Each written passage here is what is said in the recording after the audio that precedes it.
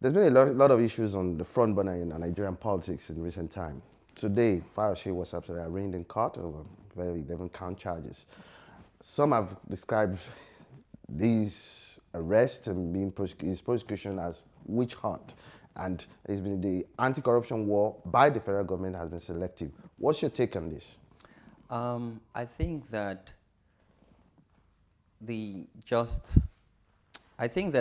governor, previous governor of Ekiti State, and when you look at the issue, for me, I think it's highly political. It is political because what has happened to Maina? He was never arrested, neither was he prosecuted. And Maina's case has to do with internally displaced persons in the Northeast that is being ravaged by the insurgents. So, and it tells you again that most corrupt politicians that were formerly members of PDP and have cross-carpet to APC with corrupt charges have not been brought to court. And some of them, their case is now even suspended indefinitely. So why are they hanging Ayodele Fayose on the altar? I will tell you why. Ayodele Fayose at a point in Nigeria's polity was the only opposition. His voice was so loud and he became a thorn in the flesh of the APC and most of the ruling class.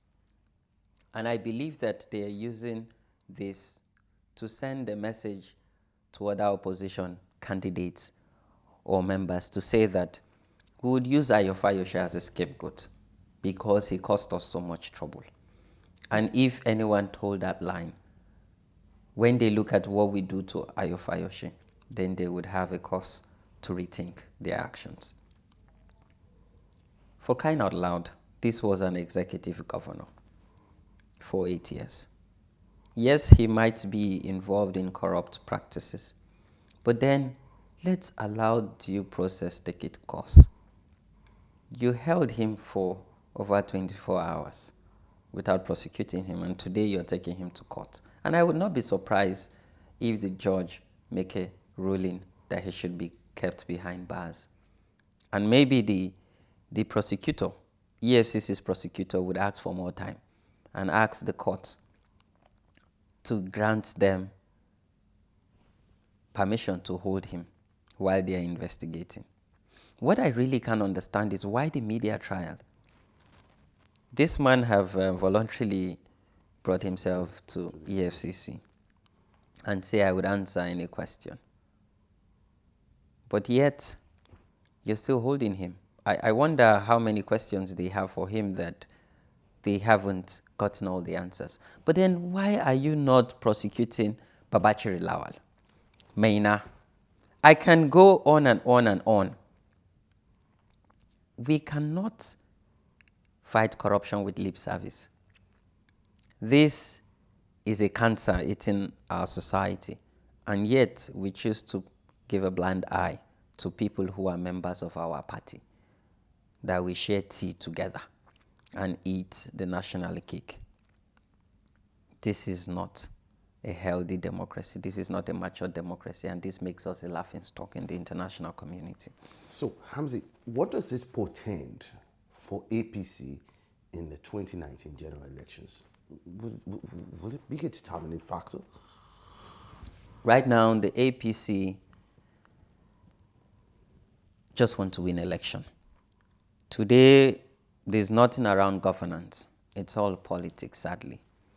So for the APC, if you're a member of the PDP and you come to them that you want to defect and come to their party, you're now, all your sins would be forgiven, and you're now a knight. So they will just tell you, come to us and sin no more. So, and it tells you that the APC for now, they just want to win election and stay in power. And what are the issues that they're bringing forward? And when you look at their campaign message, you wonder, are they an opposition or they're a ruling party? Because honestly, if the APC have met even 50% of her campaign promises in the lead up to the 2015 general elections, then they wouldn't have to put in this much energy to get the Nigerian public to vote, re-elect them back into office. Because when you look at their campaign, you just wonder. And it's not a campaign based on issues. Today, I see people celebrating the ruling government for paying salaries, for paying pensioners. And I wonder, what is your role and responsibility? Why were you elected into office? You spent over 3 years of your government blaming the previous administration. The Nigerian people voted you into office not to come and blame. We knew all this. That was why we voted for a change, a replacement, so that we can move forward. Not for you to amplify the fact that this previous government have not done well. Let the record speak for itself. I believe...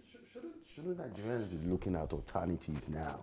We're looking, for instance, for example, we already have alternatives in the form of the young politicians like Ayodele Fayose of the AAC.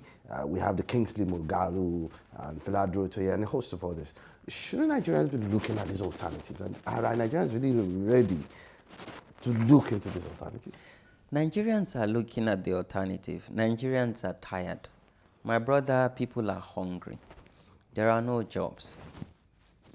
People go to hospital to get treatment, but they come out, their corpse are taken out of the hospital to burial ground. You know, people want those alternatives. They want real and tangible change for themselves, for their children, and the generation yet unborn. Of course, people are following the trends. And I'm quite excited because today we have people challenging the status quo, not people in the politics. Sowore is not a conventional politician. Madam Obi is not a conventional politician. Kingsley Moghalu, you know, and the likes of Fela Durotoye. But I tell you what the problem is. It's the Nigerian media. It is the Nigerian conventional media. How do you mean? Today, the most reported political candidates are President Muhammadu Buhari and Atiku Abubakar. That is what is on the lips of the Nigerian media. And see, I tell you, over 80% of Nigerians are not on social media. They only access information through radio and television, and then read the newspaper. A lot of people don't have mobile phone, and those who have mobile phone cannot even afford data because it is expensive. So how do these people get elected or get to know who is running for office? It's through the mainstream media. But then the mainstream media is out to make money. And who are the people that can pay them to carry their news? Are the money bags who have stolen our collective wealth, who are now engaged in vote buying and vote selling. The people want an alternative, but they don't know those alternatives because Nigeria's politics is centered around money. It is not issue-based. Today, if you look at the campaign messages, Atiku will tell you that he's going to create job. He's going to create wealth. And I asked him on Twitter, how many jobs would you create? Give us timeline. When would you create it? How many would you create? And then I asked him recently, how did you make your wealth? Is it by public service? Or when you resigned and you got pension, did you get loan? Or you got angel investors? How did you came about your wealth? I think that the Nigerian people are very smart and wiser. And as a progressive, it's important that we put specific to this. You can't just come out and say, vote for me, I would take you to the moon. Have you seen inside of an aeroplane? Do you have the technology? Have you been to the moon before? So we want those alternatives, but it's going to be a tough struggle because we're still practicing a two-party system. sadly. So what should the likes of Moyede Shore, Madam Ezekwesili, Obi, and the rest of them, what message should they be passing to the Nigerian voters in order to get the vote out and take back power from this two-party mainstream political party, so to say? My brother, power is not given. Power is taken. And power is taken in two ways. You either take power forcefully or you take it democratically. For us, we keep advocating for peace and a transition government where the people's choice and voice are heard. But then, you want to take power from a majority that are illiterate, that don't understand the difference between their left and their right, and cannot even think and decide for themselves. Mind you, these politicians have weaponized poverty. Nigeria is currently the poverty capital of the world. This is deliberate. Some people have deliberately kept us poor, so that rather than thinking about healthcare, about education, about job security, we're thinking about our next meal. So people now think about their next meal. Where would it come from? How would it come? Should I be engaged in social vices? Should I go into prostitution? Or should I arm myself and forcefully take it from my neighbor? And you see our politicians in Nigeria, their profession is politics. They are not experts in any field. They don't know anything rather than politics. So to them, that is their own cash cow. So it tells you that as Showere, Madam Obi, and the likes, Kingsley and the likes, you want to take away food from the mouth of these people.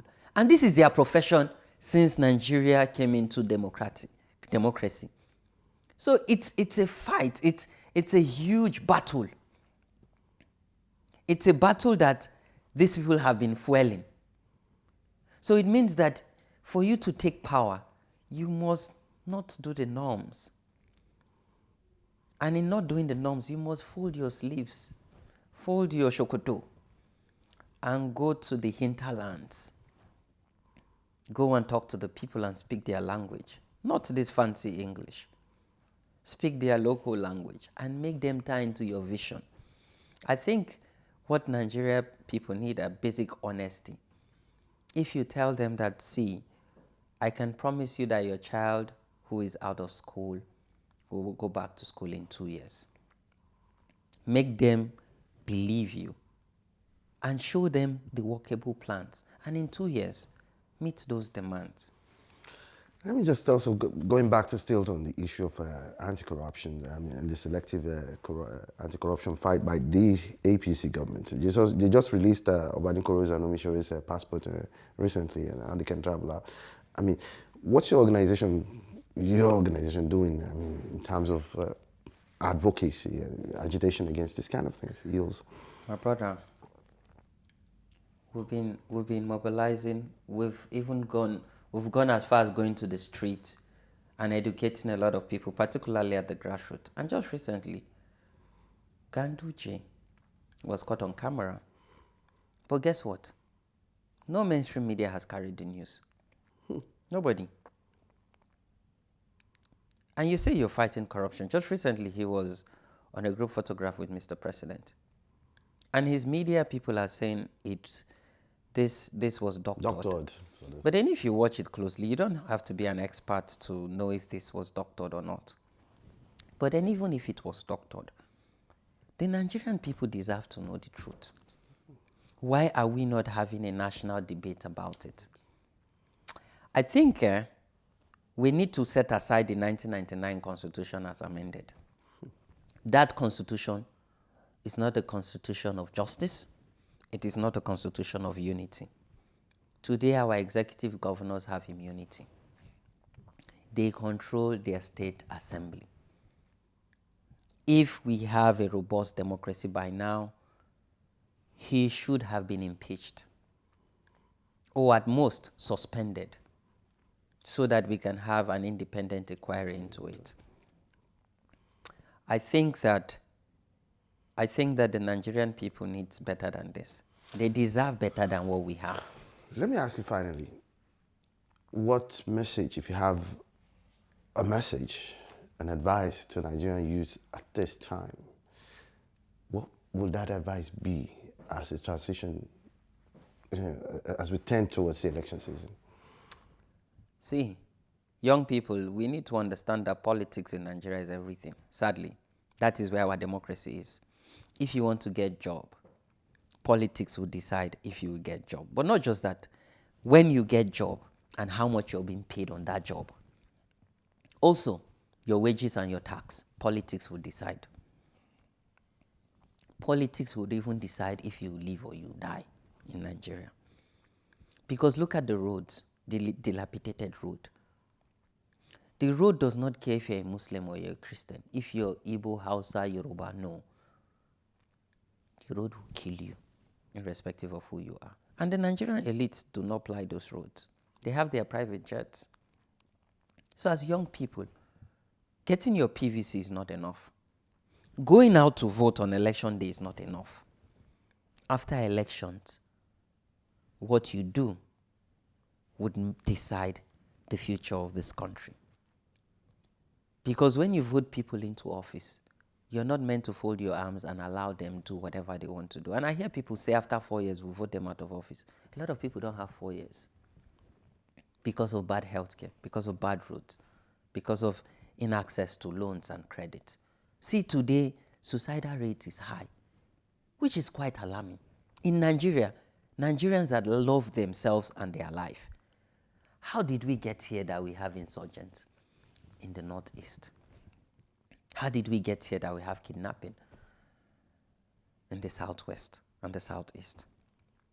We are peace-loving people. So as young people, the destiny of this great country is in your hands. It is left for you to decide what you choose to do with it. We are 65 million eligible young voters with our permanent voters card. So it tells us that we decide who becomes president, who becomes Senate, who goes to the Senate rather, who becomes House of Representative members and State Assembly members.